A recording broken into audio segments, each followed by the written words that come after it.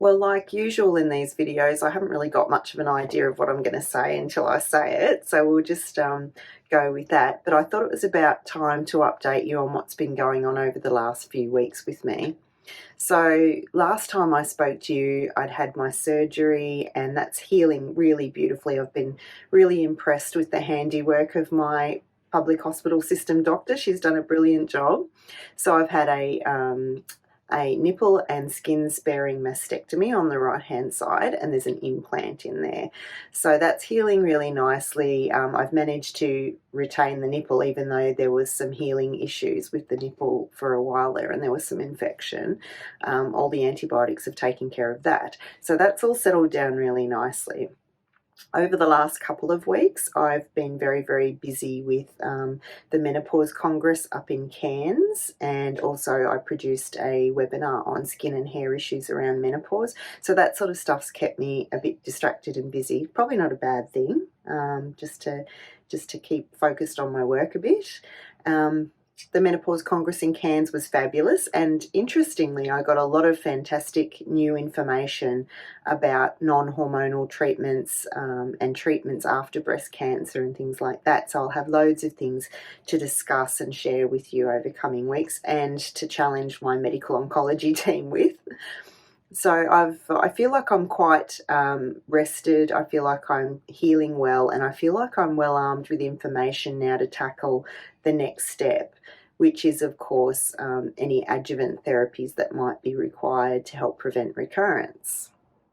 So I'm going along nicely.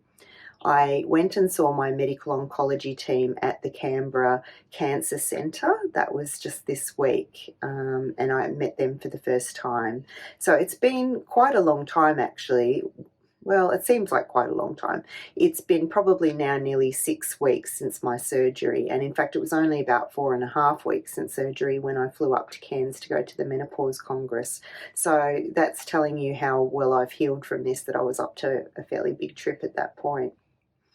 But meeting the oncology team was great. I felt very listened to. I felt that they really appreciated the fact that I came along already with a certain level of knowledge, but also didn't assume prior knowledge. So they were fabulous. They were open to all my probing questions, and were very open to a very informed discussion about the risks and benefits of the various different treatments, which I'll go into again a bit later. But for now, just wanted to let you know that I'm healing well, that I'm feeling good, that I have loads of information to pick apart and share with you over the coming weeks. As my 13-year-old says, you must hit subscribe if you want to be informed when these updates occur. So I'm not exactly the YouTube guru, but that's what I'm told you're supposed to do. And I will keep on popping these videos up. So I will talk to you about my new symptoms that are starting to evolve and how I plan to tackle those, and also about the difference between the different types of hormonal therapy after breast cancer, like tamoxifen and aromatase inhibitors, and what my reckoning has been around the choices I've made there, bearing in mind that everybody's cancer is different and what suits everyone's going to be a bit different. So stay tuned, and we'll talk about that a little bit later.